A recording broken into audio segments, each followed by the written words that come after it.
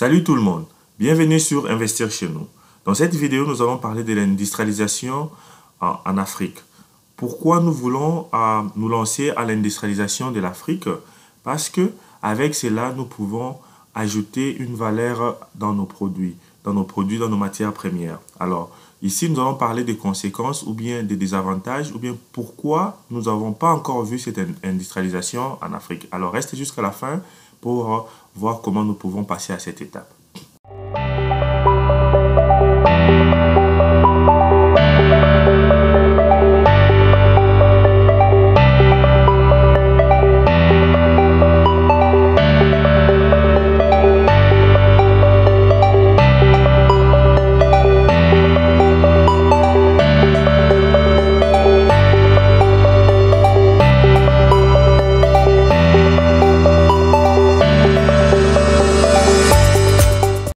Bienvenue encore sur Investir chez nous. Moi, c'est Jamie Kakona et je suis fondateur de Investir chez nous. Sur cette chaîne, nous parlons de l'investissement, de l'entrepreneuriat et des idées de business à lancer en Afrique. Alors, si la thématique de cette chaîne t'intéresse, nous te demandons de t'abonner et de cliquer sur la cloche pour ne plus manquer nos prochaines vidéos. Alors, aujourd'hui, nous allons parler de pourquoi nous n'avons pas encore vu un grand boom des industries en Afrique. Comment l'Afrique peut être indépendante industriellement. Alors, nous devons arrêter de payer des produits transformés ailleurs, dans d'autres pays, en Occident, et venir les revendre en Afrique. Alors, nous devons passer à notre propre transformation des matières premières. Ceci peut être sur, par exemple, les matières premières comme le pétrole, les minéraux, les mines, et aussi dans la nourriture comme l'agriculture et d'autres produits alimentaires. Alors, nous avons un e-book qui est gratuit, dont vous pouvez télécharger sur notre barre de description. Ce e-book parle sur les 5 bonnes raisons pourquoi nous devons investir en Afrique. Alors, sans plus tarder, nous allons passer au premier point. Pourquoi nous ne voyons pas encore l'Afrique être industrialisée vraiment à 100%. Pourquoi? Parce que nous n'avons pas l'infrastructure électrique. Donc, l'électricité est encore un grand problème en Afrique. Pourquoi? Parce que avec les grandes industries, par exemple, si tu veux transformer, par exemple, des pommes, des manguiers, des mangues, par exemple, des mangues en jus et les emballer et les mettre dans les emballages, tu as besoin si tu as besoin d'une grande production donc industrielle, tu auras besoin de l'électricité permanente. Alors que nous savons qu'en Afrique, la plupart des pays n'ont pas encore de l'électricité stable. Alors, c'est un problème. Nous, comme entrepreneurs, nous ne laissons pas les problèmes nous stopper. Les problèmes ne peuvent pas être nos obstacles. Alors, avec ces problèmes-là de l'électricité que nous avons vus en Afrique, nous devons venir ensemble comme entrepreneurs et voir comment résoudre ces problèmes-là. Alors, il y a beaucoup de sources d'énergie dont nous pouvons utiliser en Afrique. L'Afrique est bénie. Ça sera particulièrement dans chacun des pays en Afrique. Nous avons vu qu'il y a beaucoup de temps du soleil et nous pouvons utiliser les panneaux solaires. C'est vrai que les panneaux solaires coûtent un peu trop, mais ça, c'est aussi une partie des solutions. Et dans différents pays de l'Afrique, nous avons beaucoup de cours d'eau et dont nous pouvons aussi créer des barrages hydroélectriques. Alors ici, maintenant, les problèmes qui se posera, ça sera les problèmes des fonds qui pourra aider pour construire ces barrages hydroélectriques qui est trop cher, qui pourra aider aussi à construire ces barrages solaire. Alors ici, le problème qui est là, nous devons voir comment les Occidentaux, les États-Unis ont résolu ces problèmes. Qu'est-ce qu'ils ont fait?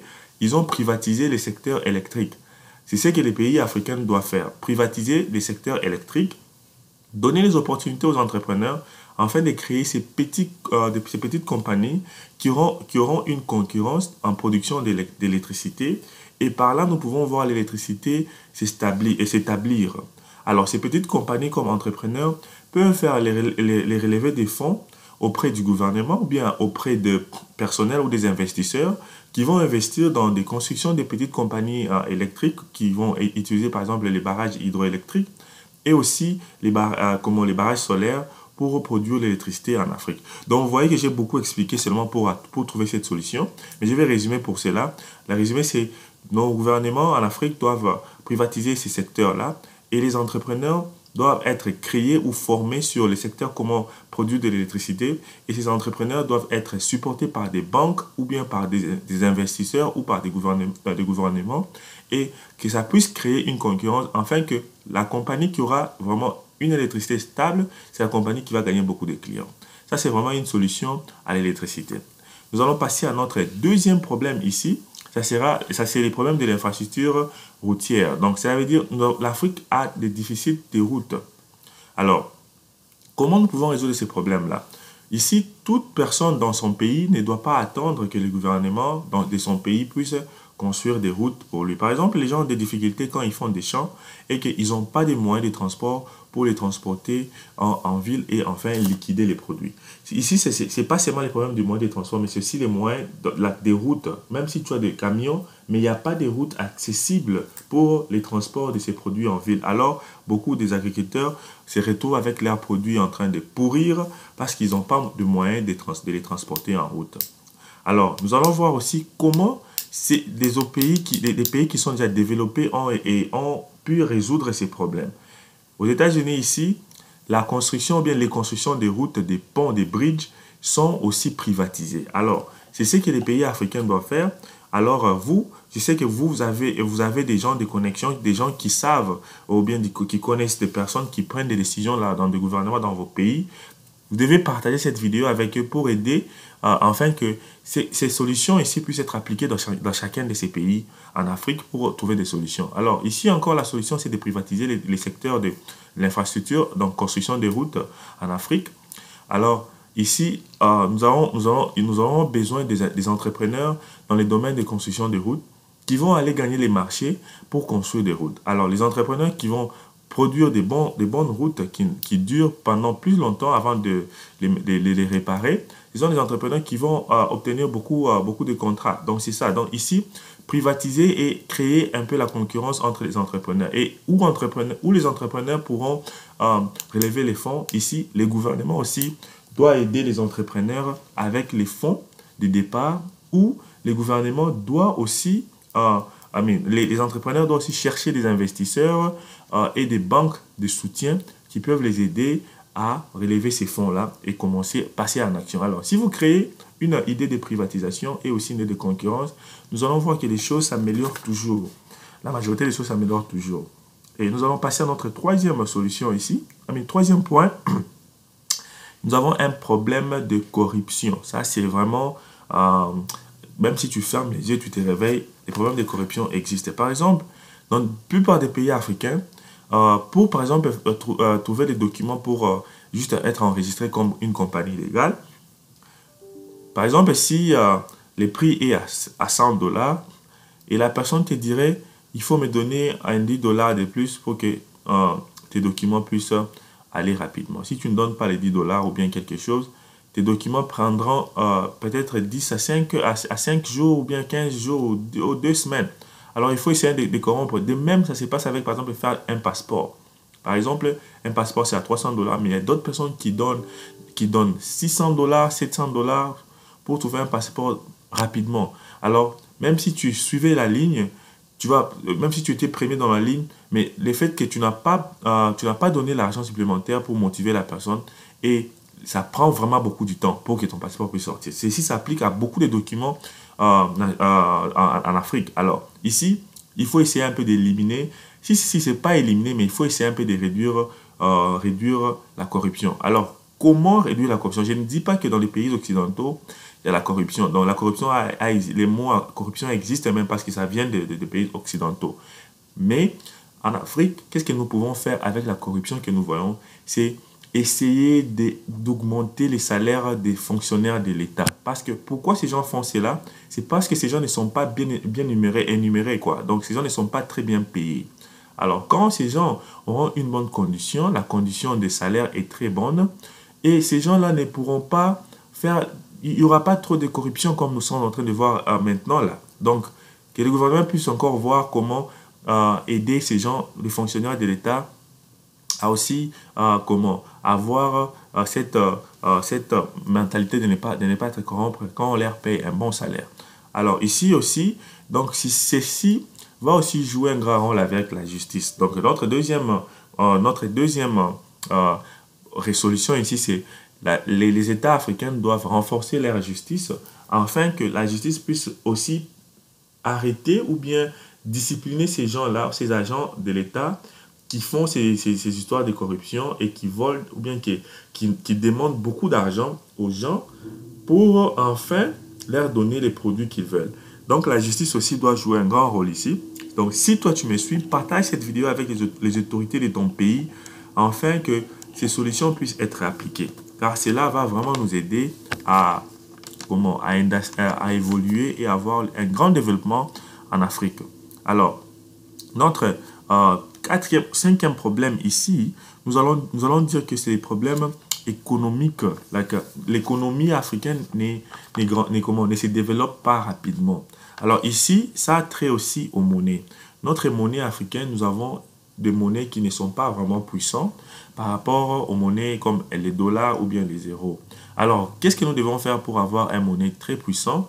Ici, c'est aussi que les Africains puissent se réunir comme un continent et décider s'ils peuvent utiliser un monnaie commun comme les Européens ont fait avec l'euro, afin que cette monnaie-là commune puisse avoir de la grande valeur et booster l'économie en Afrique. Je crois que ça c'est vraiment une bonne solution sur l'économie, parce que nous voyons que beaucoup de pays en Afrique utilisent toujours les dollars ou d'autres pays comme l'euro. Alors, le fait d'utiliser cela, les dollars ou l'euro est toujours au-dessus de nos propres monnaies dans nos pays. Alors ici, la formation ou bien l'idée de créer la monnaie unique en Afrique, ça va vraiment aussi aider l'économie en Afrique afin que cette économie-là puisse aussi faire face à des grandes économies que nous voyons ailleurs. Donc ça vraiment aussi c'est un grand problème parce que quand par exemple tu vends tes produits, par exemple je vais faire un exemple, tu vends tes produits en francs congolais et que tu veux les transformer en dollars, et que tu payes les machines en dollars, tu te vois que tu feras des grandes pertes. Alors si nous avons une monnaie qui est dans la même valeur que les dollars ou l'euro, nous allons voir que notre économie va aussi aller de l'avant. Je ne sais pas si vous êtes en train de me suivre là, et dites-moi sur les commentaires qui est en train de comprendre ce que je suis en train de dire et qui va partager cette vidéo avec les membres de leur famille ou les connaissances afin que ces messages puissent être partagés partout en Afrique. Et le dernier point ici que nous allons dire ici, avant de passer au dernier point qui est vraiment très important, nous vous demandons de vous abonner et de partager cette vidéo massivement avec vos connaissances. Donc, le dernier point ici, c'est nos pays africains doivent savoir ou bien appliquer un plan d'action, doivent appliquer ces plans d'action. Par exemple, nous devons changer de mentalité de notre population. Nous devons changer de mentalité des dirigeants. Nous devons changer mentalité des élèves, par exemple, l'éducation en Afrique. Quand, par exemple, quelqu'un part à l'université, il ne faut pas qu'il puisse toujours avoir la mentalité d'aller travailler pour quelqu'un. Il faut avoir la mentalité de l'entrepreneuriat.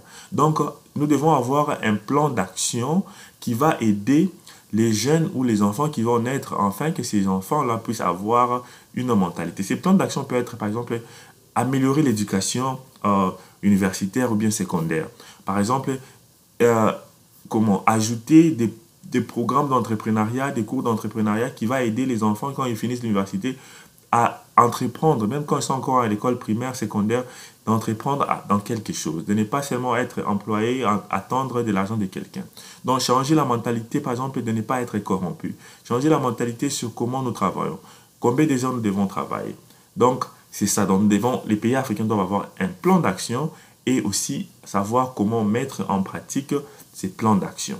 Alors, si vous avez besoin de savoir plus de ce que nous avons comme idée ou bien comme apport, nous vous demandons de nous contacter sur la barre de description et nous allons aussi parler de tout ce que nous pouvons amener. Et ici, nous voulons dire qu'en tant qu'entrepreneur, tous ces obstacles, nous devons les voir comme opportunités. Donc, ce sont les obstacles que j'ai énumérés, mais comme entrepreneur, je vous demanderai de voir les opportunités que j'ai énumérées dans ces obstacles-là. C'était ça même l'objectif de cette vidéo, de voir les obstacles qui existent en Afrique et aussi regarder les opportunités que j'ai énumérées par rapport à ces obstacles et prenez l'opportunité de commencer de vous lancer dans ces entrepreneuriats-là et vous allez voir des bons résultats. Alors, Merci pour être là, arrivé jusqu'à la fin et nous vous demandons de cliquer sur la cloche pour ne pas être pour recevoir de messages sur nos prochaines vidéos. Merci et à la prochaine.